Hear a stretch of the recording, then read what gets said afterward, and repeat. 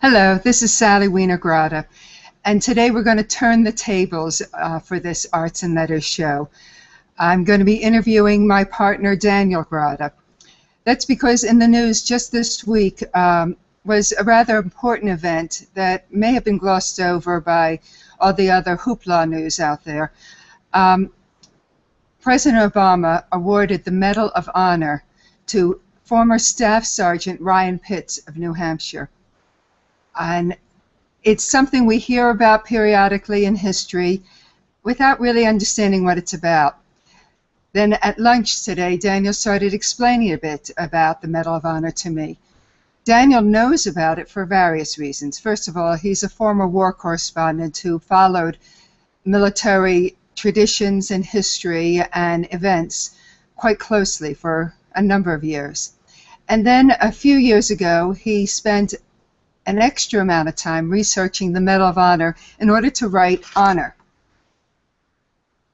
which is his novella about someone, Jeff Smith, who has a great deal of guilt over what he did or didn't do during the Vietnam War, and the Medal of Honor figures into it. So Daniel is a font of information about this very important award, very important honor, medal, that few of us really know that much about. Hi, Daniel. Hello there. So, Daniel, let's start with the basics, because you know I'm not into the military the way you are. What is the Medal of Honor, and why is it important? The Medal of Honor was established by President Lincoln during the Civil Hold on, War. Daniel. I don't think your sound is coming in to the broadcast. No? Is that better? No, it isn't. We may have to start all over again. Am I coming in now? No, you are not. Please plug it in again. Because I'm hearing myself. There you are. Sorry, folks. If you must know what happened, Watson, our golden retriever, was under Daniel's desk about 5 minutes ago. We had tested the sound, and it worked just fine. But I think when Watson came out, he pulled something. Hello, Daniel. Hello again. Welcome back. So please tell us, what is the Medal of Honor, and why is it important? The Medal of Honor was an award that was created by President Lincoln during the Civil War to recognize the heroism and valor of men who excelled in deeds during the Civil War. And at that time, it was awarded to almost 1,500 Union soldiers. Wow. Well, since that time, only another 2,000 or so have been awarded. So that's about 3,500 Medals of Honor. And considering since the Civil War, over 40 million Americans have been in uniform and have served during a war, either World War I, World War II, Korea, or Vietnam, it is still a highly unusual event that someone wins an award for unusual heroism and valor. It is the nation's highest award for this. Of that number, how many are still alive? Well, about 40, 45. It's difficult to say at any given day because many of the recipients are aging. Others are awarded posthumously because they died of their wounds, either saving their buddies or doing something heroic that ultimately got them killed. So it's a very small number, and those who have a Medal of Honor are accorded great respect and honor by the entire nation, by a grateful country. Can you give us an example of what kind of deed might have been worthy of such a high honor, such a high award? Perhaps Ryan Pitts, who just received it, or somebody else. Could you give us an example? Well, Ryan Pitts was part of a small team of Army soldiers who were with some Afghan soldiers, and they were attacked by an overwhelming force of Taliban, outnumbered many times, and a number of his buddies were killed. His position was about to be overrun, but he continued to fight on against overwhelming odds. He kept the enemy at bay, even though wounded, until reinforcements arrived. So it was an act of unusual valor, putting his life on risk, trying to save his wounded friends from being overrun and then naturally killed by the Taliban. Wow. How many Medals of Honor has President Obama awarded? Well, President Obama has awarded 11 Medals of Honor to those who are currently serving, either in Afghanistan or Iraq. Some of them, unfortunately, he awarded posthumously. Others were alive, and he was able to award them at the White House. But then he did something highly unusual. He also awarded 25 other Medals of Honor to both living and deceased recipients. And these are from soldiers who fought and served in World War II, Korea, and Vietnam, that were members of minorities.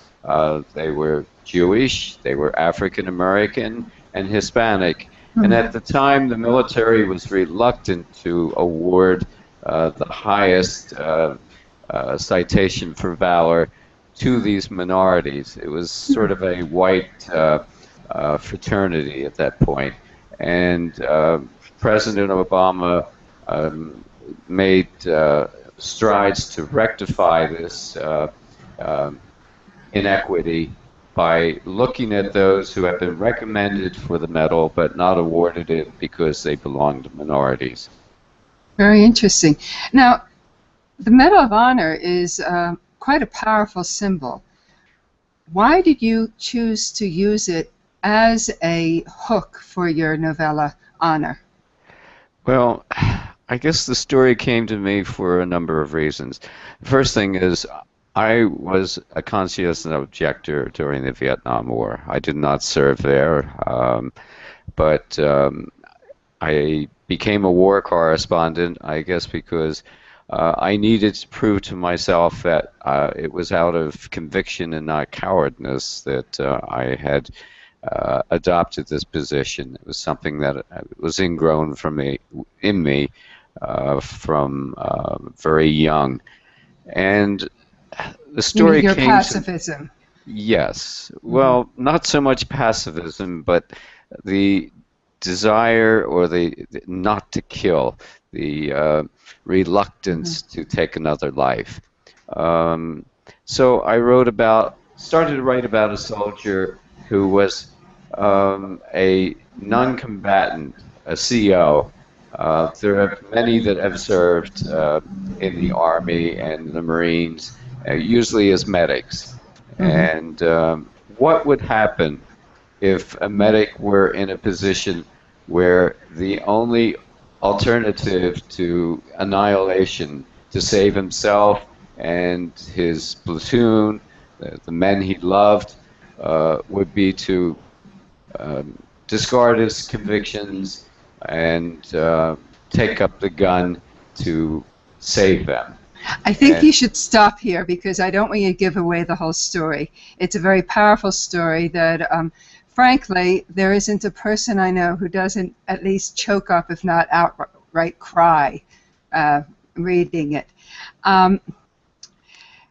Now, I think we should tell the folks a little bit about Black Bear, Pennsylvania, where Honor is set, because it is a village that we're both using in our fiction, though you started it all with Honor, and then I stole Black Bear from you for my novel JoJo. And now we have somebody else who is appropriating it. Do you want to tell about what David Zarko is doing? David Zarko is a director and a playwright. He's very respected in the field. And we know David because Sally was on the board of an equity theater in Scranton, which David was serving as both creative director and in the main director. And he read Honor. He was very impressed with the story and thought that it would make a nice play. So he's written the first draft of a play based on the novella, and actually in a few weeks, in mid-August, we're going to have a reading at Pixel Hall of actors, the first run-through of the play itself. Where it goes from there, I'm not sure, but it makes a marvelous play. The script I've read so far captures the tone and tenor of Jeff Smith and the town of Black Bear. It would probably make a good movie. Somebody like Ed Harris and Nick Nolte in the main roles, but again, that's a long time away and may never happen, but it would be nice. Well, Honor is currently available at all the bookstores. Let me show you the cover again. Can you see it? Oh, I'm not on camera. Let me get on camera. There we go. There's the cover. I know that isn't John Lennon. And but that's what the Medal of Honor looks like, by the way. And it's a very rare thing to see somebody wearing it. So please go out and buy Honor. It's Honor, a Black Bear story. It's available both in print and as an ebook in all formats. Daniel, do you have any last thoughts about the Medal of Honor? Well, in a way, I wish that no more would be awarded because I do not wish for war. And it's only in times of conflict that such extreme valor and heroism become necessary and remarkable. But given the fact that we live in an imperfect world and it's a dangerous neighborhood out there, I'm certain we're going to see continued acts of extraordinary heroism on the part of American men and women serving overseas.